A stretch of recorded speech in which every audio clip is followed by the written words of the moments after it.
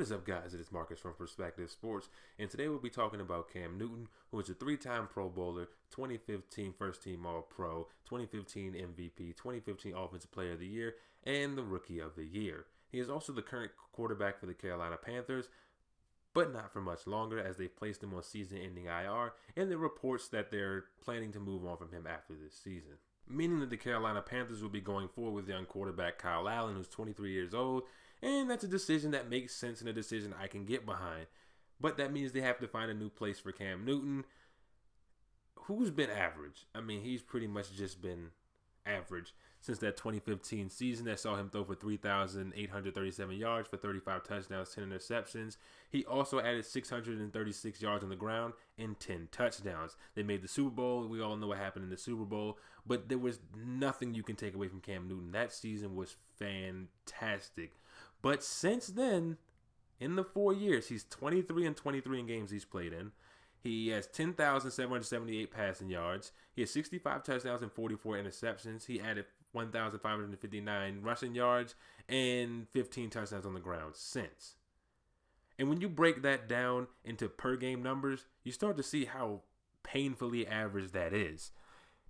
That comes out to 234.3 or 234 passing yards a game, 1.4 or 1 touchdown pass per game, 0.95 or 1 interception per game, 33.89 or 34 rushing yards per game, and 0.36 or 0 rushing touchdowns per game. And when you look at what they've been getting in Kyle Allen, who's a low-cost young quarterback, he's producing on a per-game level of 207.11 or 207 passing yards per game, 1.3 touchdowns or 1 touchdown per pass per game, 0.55 or 1 interception per game. Very similar stats to post-2015 Cam Newton, and the teams had similar success.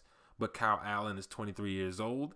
He'll be able to grow, and with the money they free up from Cam Newton, they'll be able to put more talent around him.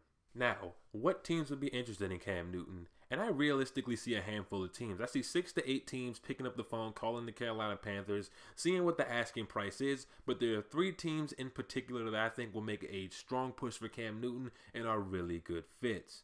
And the first team is the Chicago Bears. This is not a surprise. This has been floated around by everybody in the media, but for good reason, because Mitchell Trubisky has been bad.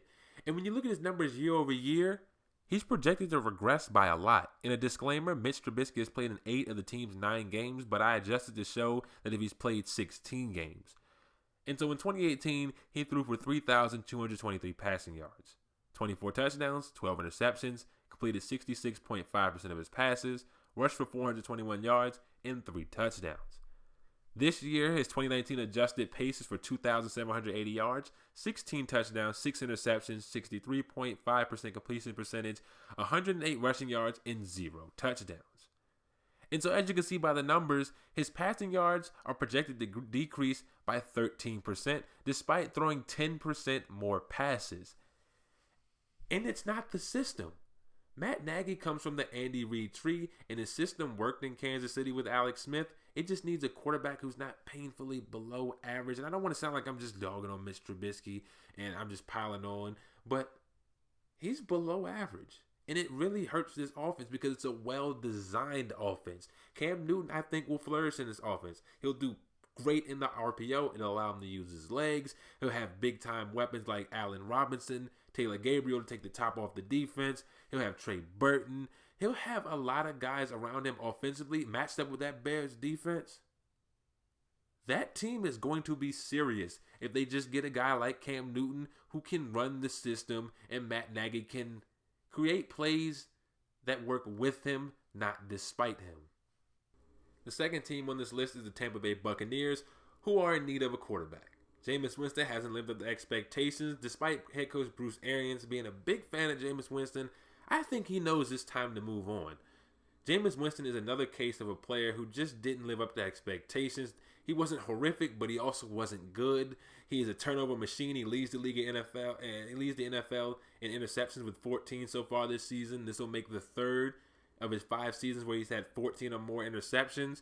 The Bucs offense has been a massive underperformer when you look at guys like that he's had over the years. Mike Evans, he's had Deshaun Jackson, O.J. Howard, who I forgot was even on the team. They don't use him at all. Chris Godwin, Adam Humphries, Cameron Brate.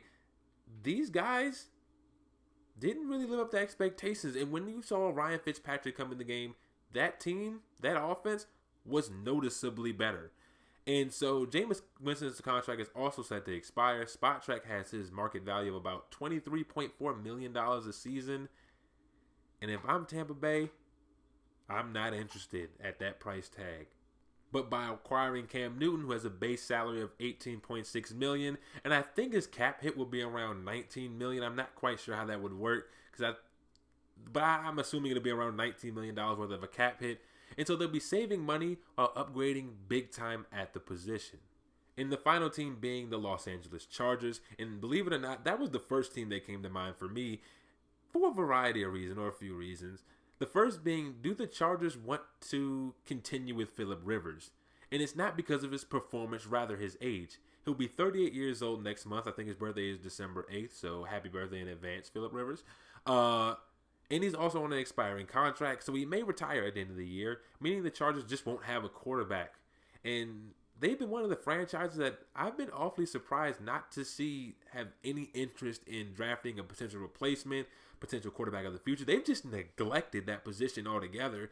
And so if Phillip Rivers were to walk out the door, they would be in big trouble.